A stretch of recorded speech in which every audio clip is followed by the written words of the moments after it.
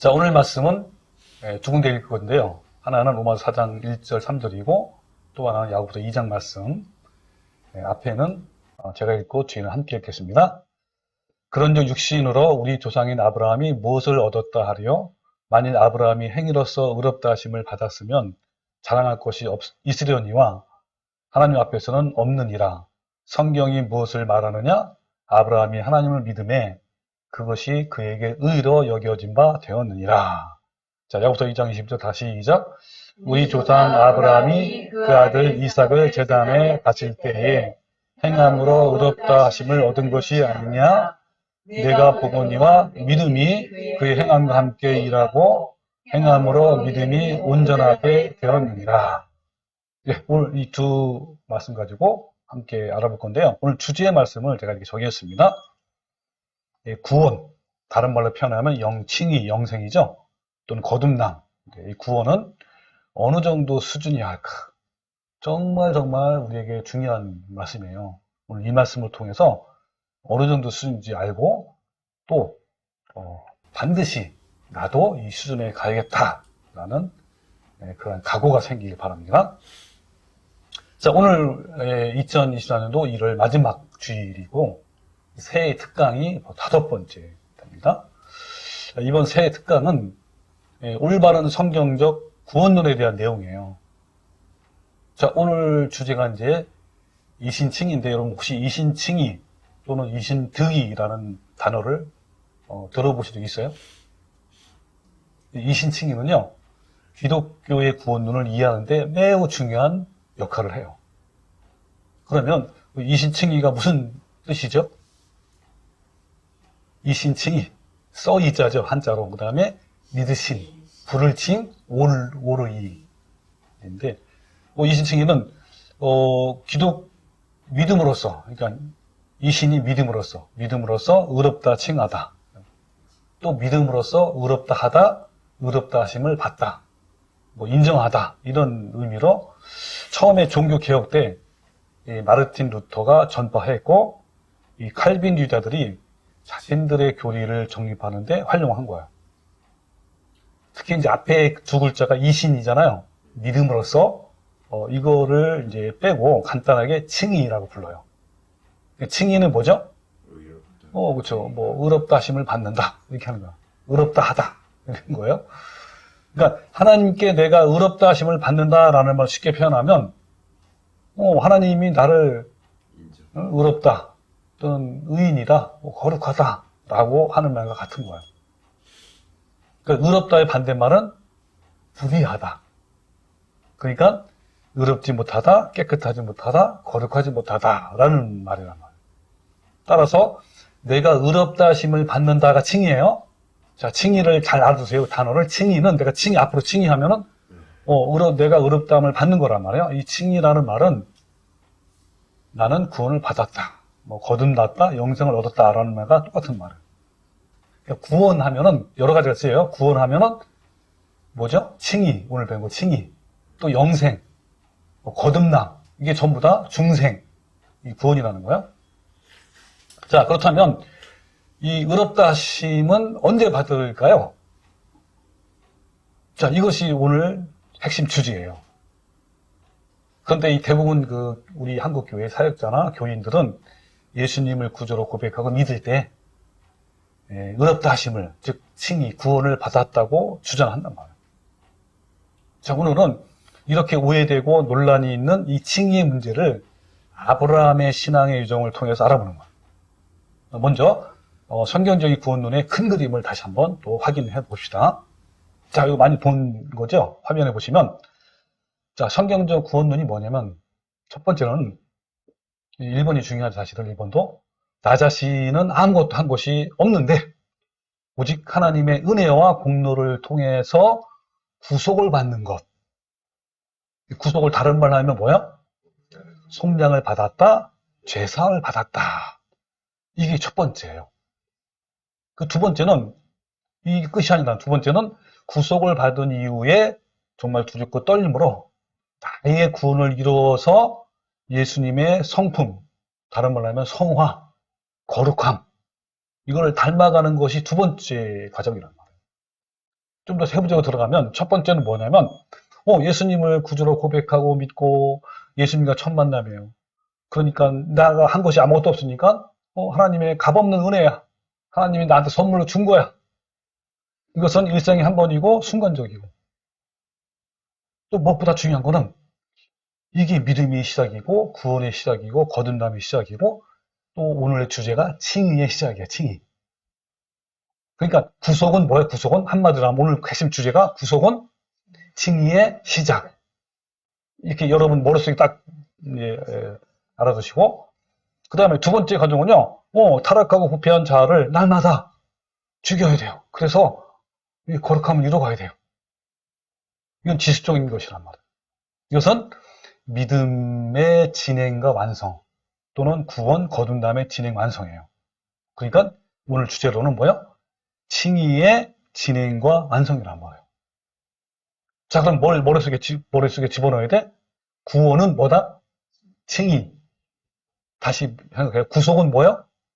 칭의의 시작. 구원은 뭐야? 칭의. 이렇게 여러분 알아도 돼요.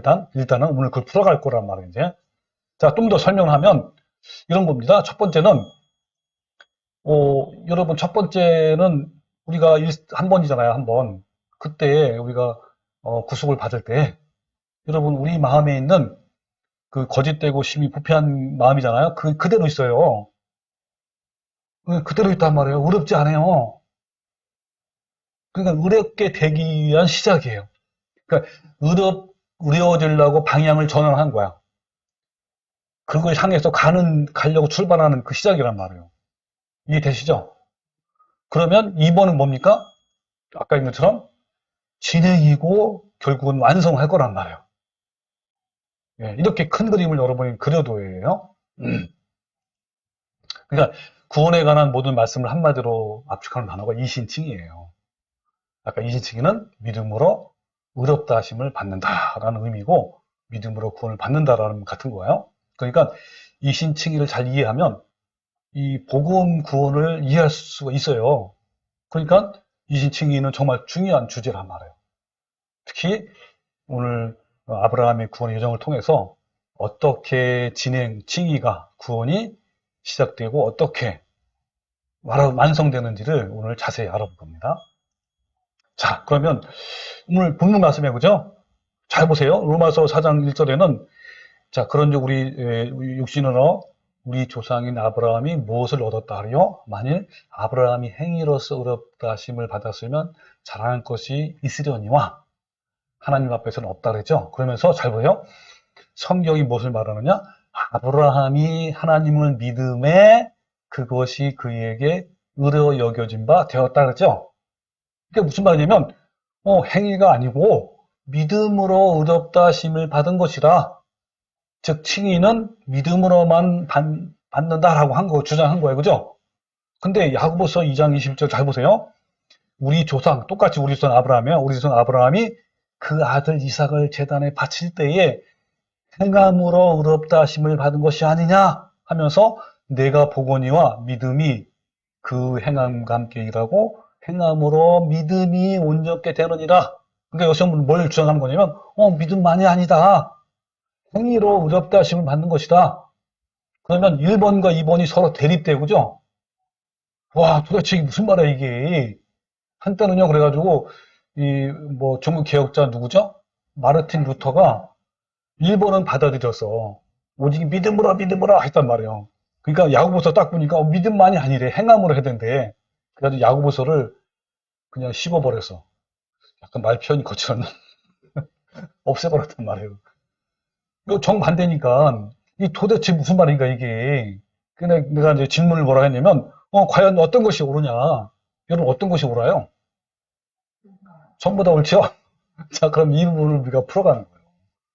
자, 그러면 먼저 1번부터 봅시다. 자, 여기서, 질문을 제가 했죠? 그런즉 육신으로 우리 조상인 아브라함이 무엇을 얻었다 하리요? 이거를 어떻게 해석한 거냐? 여러분, 이것은 좀 더 들어가 봅시다. 일단 육신으로. 자, 육신이란 말이 헬라어로는 스타크스예요.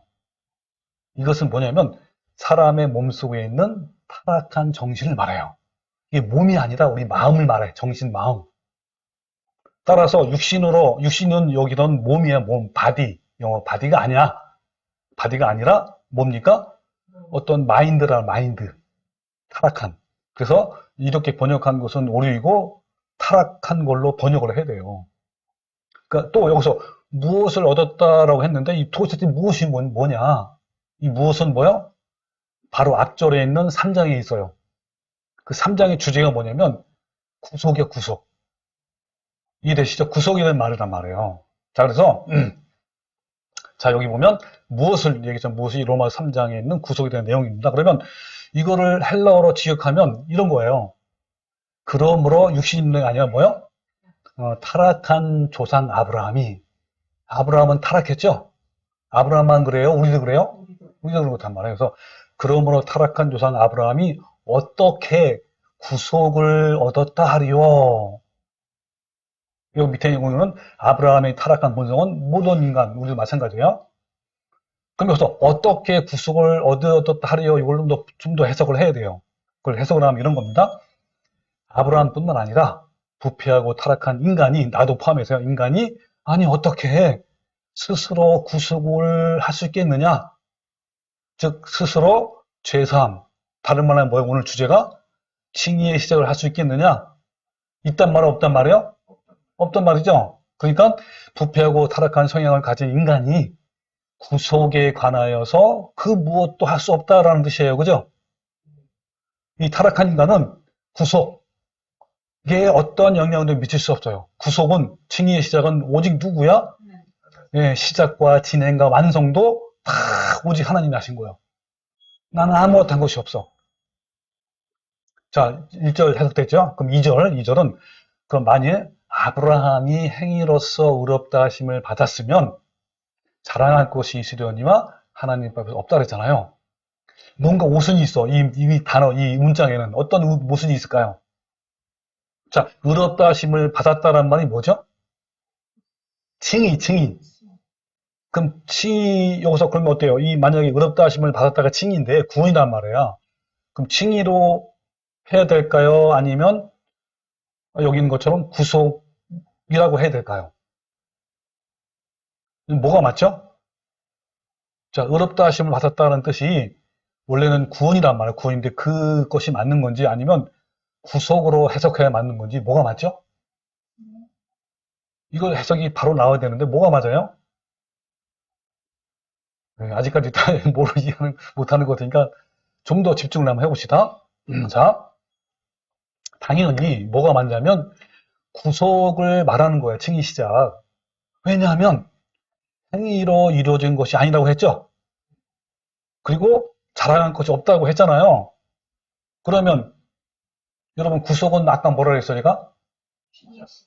그쵸, 시작인데 내가 한 것이 있어, 없어? 없잖아요. 근데 여기 보면 행위가 없단 말이에요, 그죠? 그 다음에 또 자랑할 것이 없잖아요. 그럼 당연히 뭐라고 적혀야 돼, 여기는? 구속이라 해야 되는데 여기 뭐라고 적혀 있어? 칭의, 구원이라고 했단 말이에요. 즉 구속은 나 자신은 아무것도 한 것이 없는데 오직 예수님을 구주로 고백하고 받아들임으로 하기 때문에 그렇잖아요. 그러나 칭의는 어떻게 돼? 칭의, 구원은 날마다 자아를 죽이고 죄와 싸우는 치열한 과정이잖아요. 그러니까 앞에 있는 2절의 이 말씀은 번역이 잘 됐어요? 잘못된 거예요? 잘못됐죠. 이 의롭다 하심을 받았다는 걸 뭘로 표현해야 돼요?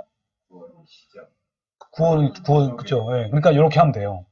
만일 아브라함이 행위로서 의롭다 하심을 받았으면 이것을 뭘로 바꿔야 돼요? 의롭다 하심을 받아가고 있으면 뭐 그렇게 해도 돼요. 근데 이걸 쉽게 말하면 이렇게 할 수 있어요. 의로 여기어진 바 되었으면 뒤에 그런 내용이 나오기 때문에 쉽게 말하면 의로 향해 가기 시작했다면 이렇게 하면 더 좋아요. 근데 이것은 의로 여겨진 바 되었으면 즉 구속, 칭의의 시작이란 말이에요. 따라서 이 말씀은요, 구원에 대한 칭의에 대한 말씀이 아니라 구속에 대한 말씀이에요. 즉 칭의의 시작, 구속에는 아브라함의 행위들이 전혀 포함되지 않았어요. 만약 칭의의 시작, 구속에 아브라함의 행위들이 포함되었다면 당연히 뭐 스스로 자랑거리를 갖췄을 거란 말이에요. 그런데 성경에는 뭐라 했죠? 자랑할 것 전혀 없다고 했잖아요. 그죠? 즉, 칭의의 시작, 구속에 있어서 아브라함의 행위들이 전혀 포함되지 않았기 때문에 자랑할 것이 없다라고 한 거예요. 그러니까 구약 창세기에 의하면 구속, 즉 칭의의 시작에 있어서 아브라함은 아무것도 하는 거 없어요. 그는 단지 믿었더니 하나님께서 그를 의로 여기신 것 뿐이야. 그게 전부야. 좀 이따 한번 확인해 볼 거예요. 창세기에서. 자, 그 다음에 이제 3절 자 해석해 봅시다. 성경이 무엇을 말하느냐? 아브라함이 하나님을 믿음에 그것이 그에게 의로 여겨진 바 되었느니라 그랬죠? 여기서 핵심은 뭐냐면, 이제 의로 여겨진 바 되온 그 핵심인데, 제가 뭘부터 물어봤냐면, 이 말씀에서 아브라함이 믿은 것이 뭘까요? 도대체 뭘 믿었을까요? 자, 그걸 풀어가는 거 지금. 풀어가기 위해서는 뭐부터 해결이 되냐? 의로 여겨진 바 되었느니라가 무슨 뜻인지 알아야 돼. 자, 이게 헬라어로 내가 그대로 가져온 거예요. 그러면 엘로긴데스가 뭐냐? 그에게 무엇으로 간주하셨느니라가 엘로긴스대예요. 그 다음에 아우트에이스가 뭐냐면 무엇을 향하여. 그러니까 방향이 전환된 거야. 그리고 디카이 오시네, 오를 있지 아시죠? 이거란 말이에요. 그럼 이걸 그대로 해석하면, 직역하면 뭐 되죠? 그에게, 아브라함에게 그에게 의로 향하여 가는 것, 즉 방향을 전환한 거야. 그것으로 간주하셨다 이런 뜻이에요. 무슨 말인지 이해되세요? 자, 그러니까 이 뜻은 뭐냐면 아브라함이 의롭다함을 받은 칭의가 아니라 의로워지기 위해서 방향을 전환했다는 의미예요. 그러니까 칭의의 시작이란 말이에요. 그러니까 아브라함은 하나님이 하신 약속을 그냥 믿으니까 의를 향하여 가기 시작한 거예요.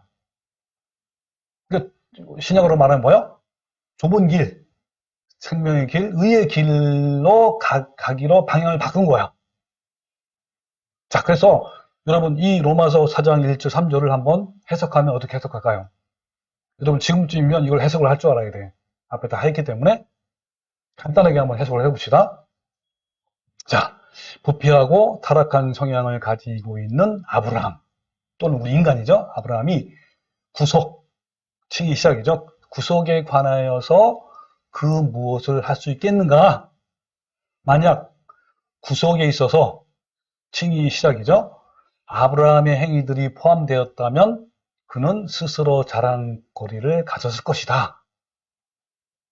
구약 성경에서 아브라함은 하나님의 약속을 그냥 믿으니까 의로 향하여 가기 시작했다. 또 다시 말하면 뭐요? 칭의를 시작했다. 이렇게 해석을 해야 돼요. 자, 그러면 그걸 이제 확인해야 될 거 아니에요. 우리 창세기 현장으로 가보는 거예요. 창세기 몇 장에 있을까요? 15장에 있어요. 자, 앞에 문자 빨리 읽을게요. 이후에 여호와의 말씀이 환상 중에 아브라함에게 임하여 이르시되 아브라함아 두려워하지 말라. 나는 내 방패요 너희 지극히 큰 상급이라. 아브라함이 뭐라 하냐면 주 여호와여 무엇을 내게 주시려 하나이까? 나는 자식이 없사오니 나의 상속자는 이 다메섹 사람 엘리에셀이니라. 그런 거예요. 아브라함이 또 얘기했어. 뭐라 했냐면 주께서 내게 씨를 주지 아니하셨으니 내 집에서 길린 자가 내 상속자가 될 것이니다. 그러니까 하나님이 뭐라고 말씀하셨어요? 그 사람이 내 상속자가 아니다. 내 몸에서 날짜가 내 상속자가 되리라. 이렇게 한 거야. 그러면서 뭘 하셨냐면, 잘 보세요. 여기 중에요. 아브라함을 이끌고 캄캄한 밤에 밖으로 이렇게 나가게 이끄신 거란 말이에요. 그러면서 뭐라 하냐면, 저 하늘에 있는 별을 보고 이제 이렇게 한 거예요. 자, 하늘을 우러러 보면서 무별을 셀 수 있나 보라. 또 뭐라 하냐면 그에게 이르시되 내 자손이 이 별과 같이 많을 것이다 그런 거예요. 이것은 하나님의 약속이죠. 무슨 약속이요? 쌍방이에요? 일방적인 약속이에요? 일방적인 약속이고 언약이에요. 그러니까 아브라함이 그걸 믿었어. 그냥 믿은 거야. 그냥 그 말을. 아브라함이 한 것이 있어 없어? 누가 다 했어? 하나님이 다 한 거야. 하시겠다고 한 거예요. 그러니까 믿은 거 그냥 자랑할 것이 있어 없어? 없단 말이에요. 믿으니까 하나님께서 뭐라 했어요? 중요하죠? 그의 의로 여기시고 그랬단 말이에요. 이게 몇 세예요? 80세, 80세. 이때 그 아브라함이 뭘 시작한 거야? 구원의 시작이고 믿음의 시작이고 칭의의 시작이란 말이에요. 구속의 시작인 거예요. 그러니까 아브라함이 하나님의 일방적인 약속을 믿음으로 반응하자 하나님께 그를 의리 여기신 거예요. 여기서 아브라함은 한 것이 아무것도 없어요. 하나님이 약속하신 것을 믿음으로 고백만 하니까 그 고백을 의리 여기신 거예요. 그러니까 아브라함은 잘하는 것이 아무것도 없어요. 이 칭의에 있어서 아브라함은 전혀 개입한 것이 없단 말이에요. 이게 무슨 말이냐면 아브라함이 하나님을 만나기 전, 즉 하나님의 언약을 믿기 전에는 의를 향하여 가는 것이 아니었단 말이에요. 그는 부패한 본성으로 오히려 죄를 향하여, 즉 죄의 종이 되어서 살고 있었단 말이에요. 죄의 지배를 받고 있는 아브라함이 어떻게 스스로 의를 향하여 갈 수 있겠습니까? 있어 없어요? 없어요. 부패하고 타락한 육체의 소욕이 지배하는 본성이 있는 아브라함이, 우리 인간이, 내가 어떻게 스스로 의로워질 수 있는 길을 갈 수 있겠습니까? 따라서 로마 4장에서 이것이 의로 여겨진 바 되었다라는 것은 의롭다함을 받은 것이 아닌 거예요. 그러니까 의로 여겨진 것과 의롭다함을 받은 것은 서로 달라요. 그런데 많은 사람들이 로마 4장 3절의 말씀을 잘못 해석했단 말이에요. 즉 아브라함이 믿었더니 그가 칭의를 구원을 받았다라고 생각하지만 여기서 칭의라는 단어는 없어요. 어떤 게 있다고요? 그냥 여겨진 바 된 거예요. 즉 칭의의 시작을 말하는 거란 말이에요. 이 칭의의 시작, 구속은 칭의의 선언이 아니라 이제부터 의롭게 되기 위해서 치열한 싸움을 시작했다라는 뜻이란 말이에요. 치열한 복음으로 싸워서 마침내 마지막에 의로운 사람, 즉 예수님의 품성을 닮은 사람이 되었을 때 종말적으로 부여한 것이 칭의예요. 구원이란 말이에요. 의롭다 하심이란 말이에요. 그러니까 구속은, 칭의의 시작을 받은 것은 구원의 시작이에요. 구속을 받은 이후부터 예수님의 십자가를 향하여서 통해서 열어주신 새롭고 살 길을 이제 성령님의 도우심으로 나가는 거예요. 이 길은 좁고 협착하지만 생명의 길이에요. 의를 향하여 가는 길이고 예수님의 품성을 닮아가는 길이란 말이에요. 그러므로 아브라함이 처음 믿음으로 반응했을 때 하나님께서 의로 여기신 것은 칭의가 아니다. 의를 향하여 방향 전환을 시작했다라는 것을 말하는 거야. 우리도 마찬가지예요. 우리도 예수님을 알기 전에는 육체로, 즉 부패한 죄악으로 향해 갔단 말이에요. 그랬는데 이제 예수님을 구주로 믿고 고백하고 죄사함을 받아서, 구속을 받아서 의로 향하여, 즉 예수님의 성품을 닮아가는 것으로 가기 시작했는데 그것을 하나님께서 인정하신 거란 말이에요. 원래 약속은 어떠셔? 서로 내가 어기면 뭐 이런 벌을 받고 내가 지키면 나도 지키겠다라는 쌍방 약속이잖아요. 근데 하나님의 언약에 있어서는 놀랍게도 아브라함은 참여하지 않았어요. 하나님이 홀로 아브라함의 자손에 대한 언약을 하신 거란 말이에요. 다시 말하면 아브라함에게 있어서 구속은 오직 하나님만 세우신 약속이에요. 마찬가지로 예수님을 이 땅에 보내시고 우리를 위해서 속죄의 제물로 주시고 또 부활하시고 이런 모든 것은, 이런 모든 언약은 하나님이 홀로 약속한 거예요. 우리와 쌍방으로 약속한 것이 아니란 말이에요. 따라서 구속은요, 이처럼 하나님이 홀로 시작한 거예요. 자, 그렇다면 질문하면, 그렇다면 아브라함에게 칭의는, 즉 구원은 언제 완성되었을까요? 바로 그 해답이 오늘 본문 말씀 야고보서 2장에 있어요. 자, 봅시다. 정리하면, 자, 아브라함은 80세에 창세기 15장, 외워두세요. 창세기 15장, 칭의가 시작됐어요. 자, 바로 이 말씀이죠. 15장 6절. 아브라함이 여호와를 믿으니 여호와께서 이를 그의 의로 여기시고, 이게 이제 칭의의 시작, 구속이에요. 자, 아브라함에게서 칭의의 완성은 언제라고요? 창세기 22장 외워두세요. 15장과 22장. 그러니까 창세기 15장에서는 단지 의를 향하여 방향 전환이 시작된 것이었으며, 칭의, 즉 구원받은 것은 아브라함 말년, 거의 인생 끝부분인 창세기 22장에서 이뤄진 거야. 야고보서 2장에서 보면 칭의 구원은 그의 죽음 직전 모리아 산에서 완성된 것임을 알 수가 있어요. 자, 볼까요? 다시 한번 야고보서 2장 21절 크게 읽어봅시다. 시작. 우리 조상 아브라함이 그 아들 이삭을 제단에 바칠 때에 행함으로 의롭다 하심을 받은 것이 아니냐? 내가 보거니와 믿음이 그의 행함과 함께 일하고 행함으로 믿음이 온전하게 되었는다. 자, 이 아브라함이 칭의를 받은 것은 바로 창세기 22장에 있어요. 바로 그 현장이 창세기 22장 읽어볼게요. 1절부터 시작해요. 1절에 보면 그 일 후에 하면서 아브라함이 하나님을 시험하시려고 그를 부르시되, 이 시험은요, 그 유혹 템프테이션이 아니에요? 뭐요? 트라이, 시련, 이런 거 트라이. 시험하시려고 그를 부르시되, 아브라함아, 부른 거예요. 그러니까 아브라함이 뭐요? 내가 여기 있나이다 했단 말이에요. 근데 청천벽력 같은 하나님 명령을 내주는 거예요. 뭐라냐면 내 아들, 내 사랑하는 독자 이삭을 데리고 모리아 땅으로 가서 내가 내게 일러준 한 산, 거기서 그를 번제로 드리라 하는 거예요. 하나님께서는 창세기 15장부터 시작된 아브라함의 의가 얼마나 성숙했고 또 얼마나 완전하고 얼마나 자랐는지, 즉 얼마나 하나님의 거룩한 성품의 열매를 맺었는지 시험을 통해 확인하시는 거예요. 그것은 하나님께 주신 아들 독자 이삭을 바치라는 그 말씀에 아브라함이 어떻게 반응했는지를 보면 알게 되는 거예요. 자, 3절부터 그래서 아브라함이 그 명령을 듣고 아침 일찍 일어났어. 그리고 3일 동안 낙했단 말이에요. 이때 나이가 몇 살이라고요? 네, 몇 장이라고? 몇 살이라고? 135세. 자, 기억해 두시란 말이죠. 예, 135세. 아까 시작은 몇 세예요? 80세. 몇 년이 지났죠? 그 차이가? 55년이에요, 55년.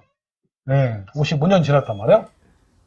그러니까 아브라함은 하나님의 명령 앞에 완전히 복종하였고 어떤 이의도 제기하지 않고 하나님 말씀에 순응했어요. 창세기 15장에서부터 시작된 칭의가 완성될 만큼 믿음과 신앙이 자란 거예요. 비로소 하나님께서 아브라함이 135세에 믿음이 성숙해 있음을 발견하시고 그에게 칭의를 하신 거예요. 그에게 의롭다 하심을 한 거예요. 드디어 구원을 하신 거란 말이에요. 칭의의 시작이 80세부터 시작해서 55년 후, 즉 135세에 칭의를 온전히 이룬 거란 말이에요. 아브라함은 그 55년 동안 믿음으로 가는 여정에 몇 번의 실패도 있었어요. 그렇지만 많은 어려움과 불가능한 상황임에도 불구하고 믿음이 약하여지지 아니하고 마침내 믿음으로 이삭을 제단에 바침으로 온전히 칭의를 이룬 거란 말이에요. 자, 그러면 질문해 볼게요. 그렇다면 아브라함이 80세부터 135세, 즉 55년 동안 칭의를 이루어가는 과정인데 이때 어떤 일이 있었을까요? 여러 가지 일이 있었죠. 사건이 여러 가지가 있었죠. 하나의 대표적인 사건이 있었어요. 자, 굉장히 중요한 사건이야. 무엇인지 아세요? 자, 이 부분이 너무 중요하니까 정신을 더 바짝 차려야 됩니다. 바로 이 사건이에요. 로마 4장 9절에 풀어보겠습니다. 자, 그런즉 이 복이 뭐냐면 이 복이 앞에 있는 쭉 연결된 거예요. 즉 구속의 구속, 칭의의 시작이란 말이에요. 구속에 대한 복이에요. 이 복이 할례자에게냐 혹은 무할례자에게도냐. 무릇 우리가 말하기를 아브라함에게는 그 믿음이 의로 여겨졌다. 이게 언제 해졌죠? 80세. 그 80세 창세기 15장에서 믿음의 고백했잖아요. 그때 믿음으로 여겨졌단 말이야. 이겨졌다 하노라. 그런즉 그것이 뭐냐면 이거란 말이에요. 그죠? 창세기 15장 믿음의 고백이고 칭의의 시작. 그것이 구속의 구속. 그것이 어떻게 여겨졌느냐? 자, 질문을 했어요. 할례시냐 무할례시냐? 뭐라고 대답했죠? 할례시가 아니요 무할례시라 그랬단 말이야. 그러니까 칭의의 시작, 믿음의 고백이죠. 칭의의 시작, 구속은 언제 됐단 말이에요? 무할례시에 받았다는 거예요. 자, 이거 잘 보세요, 여기서. 자, 다시 한번 해석하면 이 복은 예수 그리스도를 구주로 고백하고 믿음으로 반응만 하면 하나님께 우리를 구속해 주는 복이래요.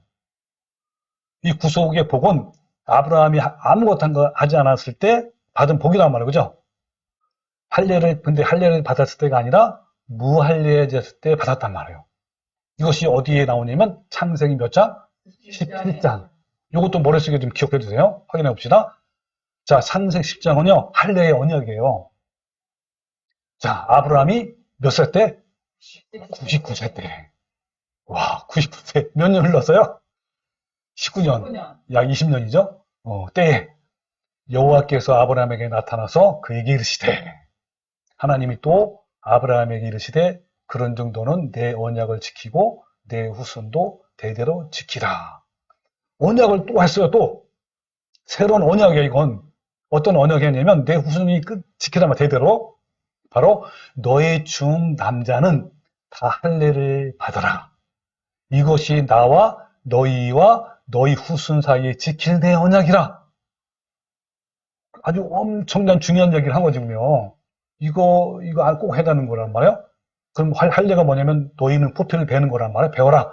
이것이 나와 너희 사이의 언약의 표상이 돼요. 이러니 얼마나 중요한 언약입니까? 그러면서 이에 내 언약이 너희 살에 있어 영원한 언약이 되려니와. 자, 이 말씀 중요한 거예요. 할례를 받지 아니한 남자 곧 그 포피를 베지 아니한 자는 백성 중에 끊쳐지리니. 뭐 무섭죠? 그리고 그가 내 언약을 배반하였다 그랬단 말이에요. 이게 몇 살 때예요? 99세 때. 즉 칭의를 구속한 지 몇 년 후에요? 20년 후란 말이에요. 근데 여러분 제가 지금 여기 짚냈죠? 이때 구속이 있었나요? 이때 구속이에요? 아니면 그 전이에요? 그 전에. 그 전이라는 것은 할례시예요? 무할례시예요? 무할례시죠. 그래서 중요한 사실이에요. 아브라함이 구속을 받은 것은 할례를 받을 때, 즉 창세기 10장 99세가 아니라 창세기 15장 몇 세예요? 80세 때에 하나님의 약속을 믿을 때의 반응 그때란 말이에요. 다시 설명하면, 자, 아브라함이 구속을 받을 때, 즉 의로 여기심을 받을 때는 그의 나이가 대략 80세, 창세기 15장이야. 그리고 하나님께서 아브라함에게 할례를 명하실 때는 창세기 19장 그의 나이 99세란 말이에요. 그러니까 구속이 시작된 지 약 20년 가까이 지났을 때 하나님께서 아브라함에게 할례를 명하신 거예요. 근데 잘 보세요. 여기서 잘 보세요. 만약 의로 여기심, 칭의 시작이죠. 구속이 창세기 17장 할례의 언약이라면, 그때라면 그것은 칭의의 시작의 조건은 할례가 된다는 것을 말하잖아요. 그런데 어떻죠? 의로 여기심, 구속은 어디예요? 창세기 17장 할례시가 일어난 것이 아니라 언제 일어났죠? 창세기 15장 무할례시 일어났단 말이에요. 그러면 여러분 로마서 4장 9절 여러분 이해가 될 거예요. 잘 보세요. 그런즉 이 복이 뭐요? 구속이요, 구속. 구속이 할례자에게냐 혹은 무할례자에게냐. 무릇 우리가 말하기를 아브라함에게는 그의 믿음이 의로 여겨졌다 하노라. 그런즉 이것이 의로 여겨졌다 하는 것이 어떻게 여겨졌느냐? 할례시냐 무할례시냐? 할례시가 아니라 뭐라고요? 무할례시나. 이 말씀 이해되는 거죠? 자, 여기서 더 중요한 얘기가 있어요. 뭐냐면, 자, 구속은 아무런 조건이나 그 사람의 상태를 요구하지 않아요. 구속은 우리 삶에 있어서 딱 한 번 믿음의 반응으로 인식되기 시작하는 거예요. 그 시작이란 말이에요. 이 구속은 우리가 십자가의 도를 깨닫는 그 순간에 이루어진 것이고, 믿기만 하면 누구든지 불법과 죄는 용서받고 구속이 되는 거예요. 이해되죠? 우리가 잊지 말아야 할 것은 구속에는 구원의 완성이 결코 아니라는 거란 말이에요. 그러니까 십자가를 믿는다고 해서 그 사람이 구원받는 것은 결코 아니란 말이에요. 즉 구원을 향하여 시작한 것이지 구원의 완성이 아니에요. 자, 그러면 질문하면 창세기 10장에서 아브라함이 할례를 받을 때 하나님께서 그에게 무슨 말씀하셨는데 그것이 뭐였죠? 어떤 말씀을 했죠? 할례를 받으면 그렇죠. 만약 할례를 받지 않으면 끊어진다라는 조건이에요. 조건이 있어 없어요? 조건이란 말이에요. 그러니까 창세기 15장에서는 하나님은 어떤 조건이 걸지 않았잖아요. 근데 창세기 17장, 즉 칭의의 진행, 이뤄주는 거예요. 거기에서는 어때요? 할례라는 조건을 내고신 거예요. 그럼 처음에 칭의를 시작할 때는, 구속할 때는 있어 없어요? 조건이? 없어요. 근데 진행에서는 뭐가 있어요? 조건이 있단 말이에요. 분명히. 자, 그러면 만약에 이 조건을 지키지 않는다면 너와 내 후손은 대대로 끊어질 것이라는 매우 무슨 말씀이란 말이에요. 또 할례를 받지 않으면 내 언약을 배반한 자를 하셨단 말이에요. 만약 구속 사건이 완전한 구원이라면 구원을 받는데 더 이상 조건이 없어야 하잖아요. 왜냐하면 이미 완성되었기 때문에 그렇잖아요. 그러나 하나님은요, 구속 이후에 할례를 명하셨고, 만약 그가 할례를 받지 않으면 죽을 것이라 했더니, 다시 말하면 지옥 심판이란 말이에요. 분명한 조건이 있어 없어요? 있어요. 그러니까 구속이 구원의 완성이라고 생각하는 자들에게는 도무지 납득이 되지 않는 명령이에요. 자, 그렇다면 그럼 질문을 제가 할게요. 할례는 무엇을 상징하죠? 이게 가장 중요해, 지금 핵심이야, 이게. 할례가 뭘 상징하냐면, 자, 지금부터 한번 봅시다. 자, 로마서 2장 29절 이런 말씀이 있어요.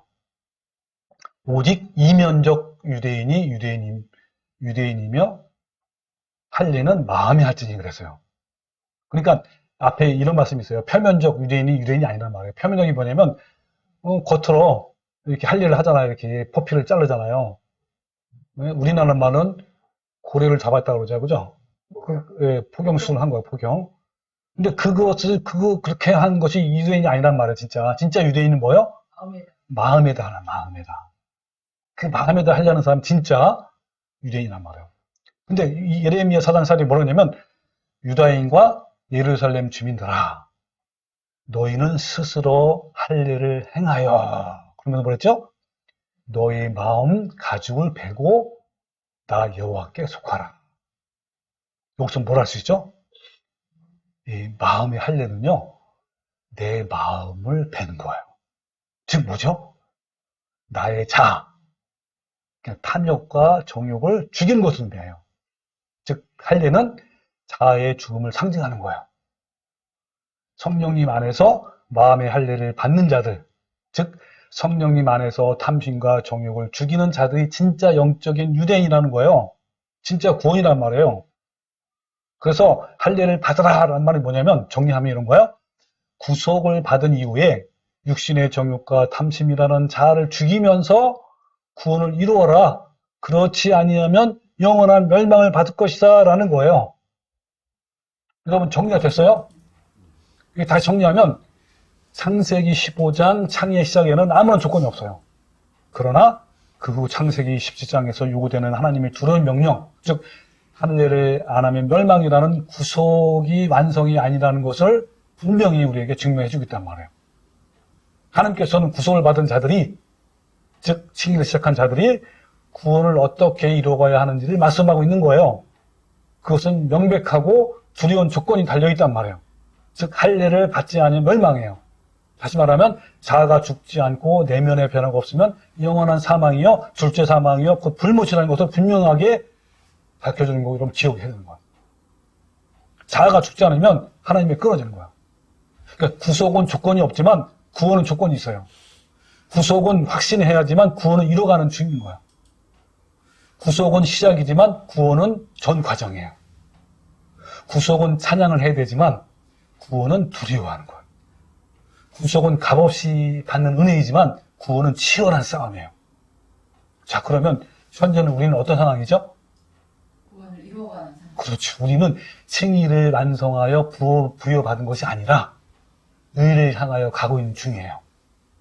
그런데 많은 사람들이 이 신칭의를 오해한단 말이에요. 이 심각한 오해로 칭의의 시작인 구속을 칭의의 완성으로 생각하고 나는 구원을 받았다 라고 주장하는 거야. 아니 이제 구원의 시작인데 제대로 싸워보지도 못하고 넓은 길, 멸망의 길로 인도하는 길로 간단 말이에요. 많은 교인들이 칭의의 시작과 완성이라는 것도 몰라요. 있는 것조차 몰라. 그러니까 칭의의 시작을 완성이라고 생각한단 말이에요. 아니, 이 얼마나 안타까운 현실이고, 이 얼마나 왜곡된 교리입니까?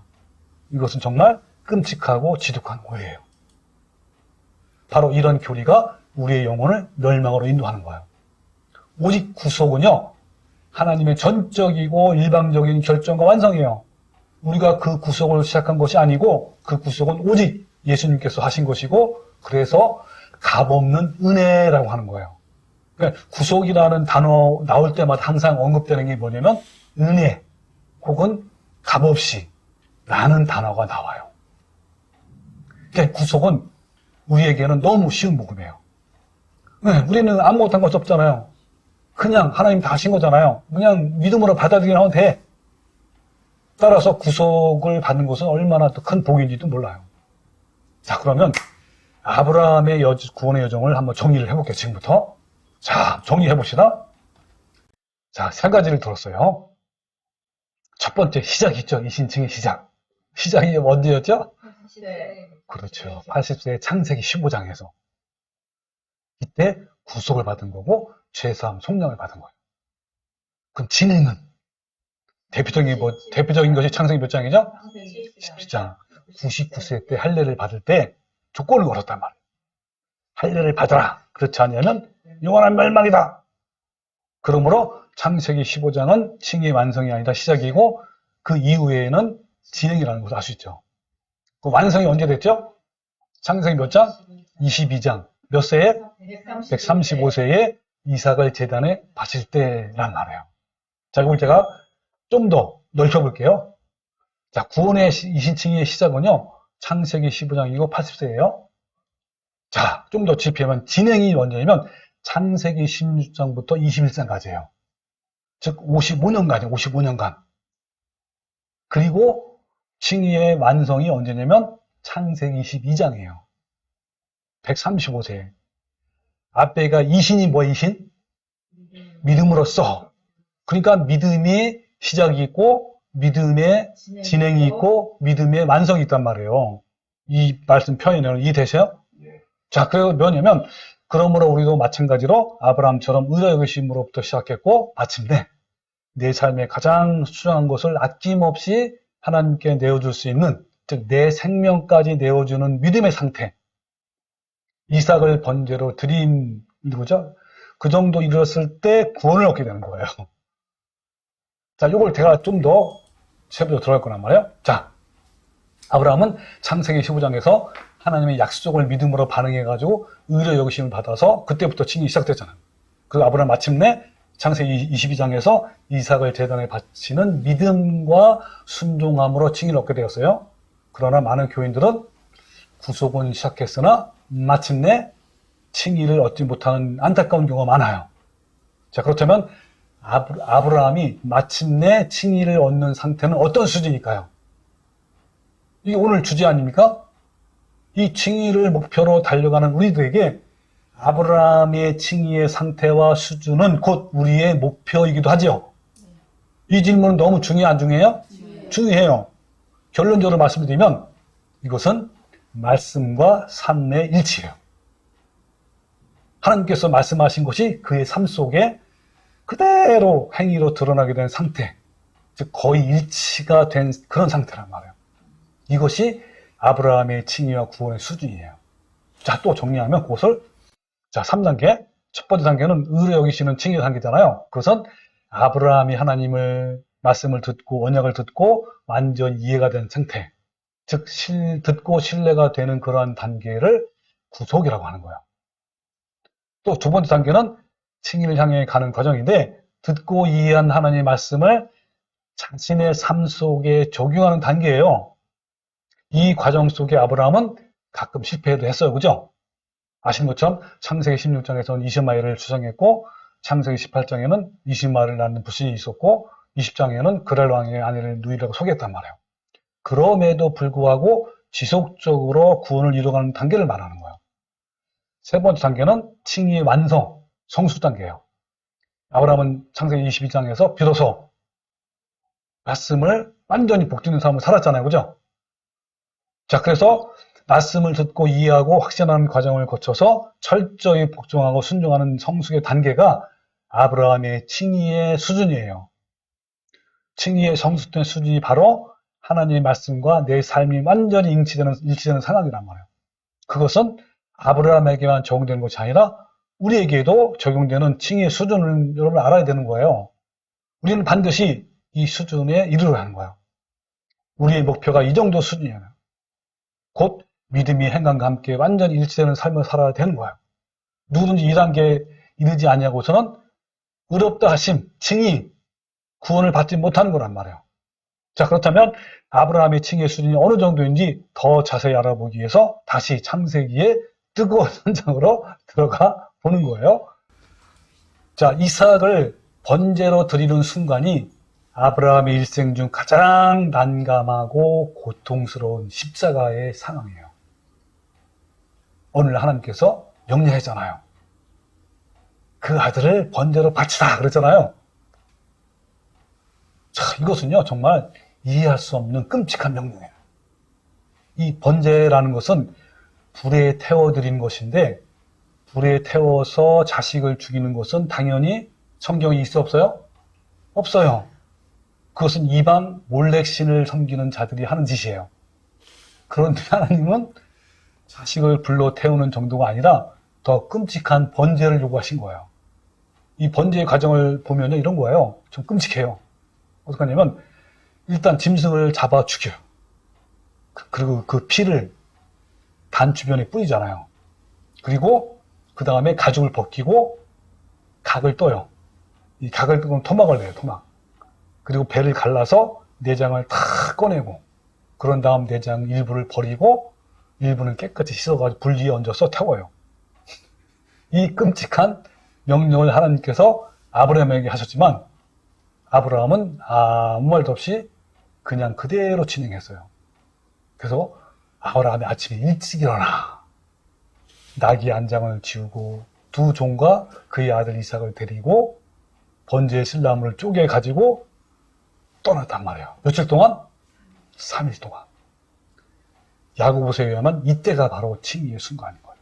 자, 그래서 드디어 왔어요. 그 장소에. 8절. 이에 두 사람이 함께 나아가서 하나님이 그에게 일러 주신 곳에 이른지라. 이에 아브라함이 그곳에 제단을 쌓고 나무를 버려놓고 그의 아들 이삭을 결박하여 제단 나무에 놓고 손을 내밀어 칼을 잡고 그 아들을 잡으려고 하니 이렇게 하려고 했단 말이에요. 그때 어떻게 해요? 여호와의 사자가 하늘로부터 그를 불러 이르시되 아브라함아 아브라함아 하는 거예요. 그랬더니 아브라함이 내가 여기 있습니다 한 거야. 그러니까 그 하나님 사자가 뭐라 했죠? 그 아이에게 내 손을 대지 말라, 그에게 아무 일 하지 말라 하면서 중요한 말씀을 해요. 다 같이 시작. 내가 내 아들 내 독자까지도 내게 아끼지 아니하였으니 내가 이제야 내가 하나님을 경외하는 줄을 아노라. 이게 바로 아브라함의 수준이에요. 이 순간에 칭의를 이룬 거예요.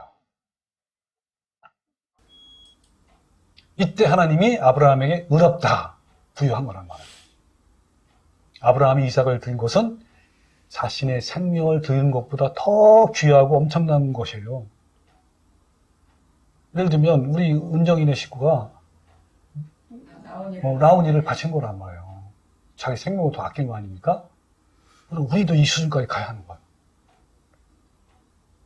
아브라함은 아들을 번제에 드리라는 이 엄청난 하나님 명령에 어떻게 조용히 순종했을까요? 아니, 그의 옛날의 육체적 기질들은 다 어디 갔을까요? 어떤 옛적 기질이 있죠? 2번씩이나 아내를 누이라고 속였잖아요. 그러면 목숨을 부지했잖아요. 또 하나님을 불신해서 이스마엘 낳기도 하고. 그런 육체의 소욕들은 다 어디 갔을까요? 그는 55년 동안 넘어지기도 했고 쓰러지기도 했지만 55년 후인 135세에 완전히 하나님 말씀으로 녹아들었어요. 일치. 우리는 아들을 번제로 바치는 과정 속에서 전혀 아브라함의 옛 육체적 소욕들을 발견할 수가 없었어요. 그는 조용히 침묵으로 순종할 뿐이에요. 자신의 생각과 육체의 소욕들이 아브라함을 지배한 것이 아니라 육신의 정욕과 탐심을 55년 동안 계속 죽이면서 말씀을 그대로 믿고 삶 속의 행동으로 순종했단 말이에요. 그 믿음이 삶 속에 증명되었단 말이에요. 즉, 이 신칭이 믿음으로 말미암아 의롭다함을 얻은 거란 말이에요. 그러니까 구원의 완성, 성숙의 단계에 이른 거란 말이에요. 비록 과거에는 불신으로 실패했어요.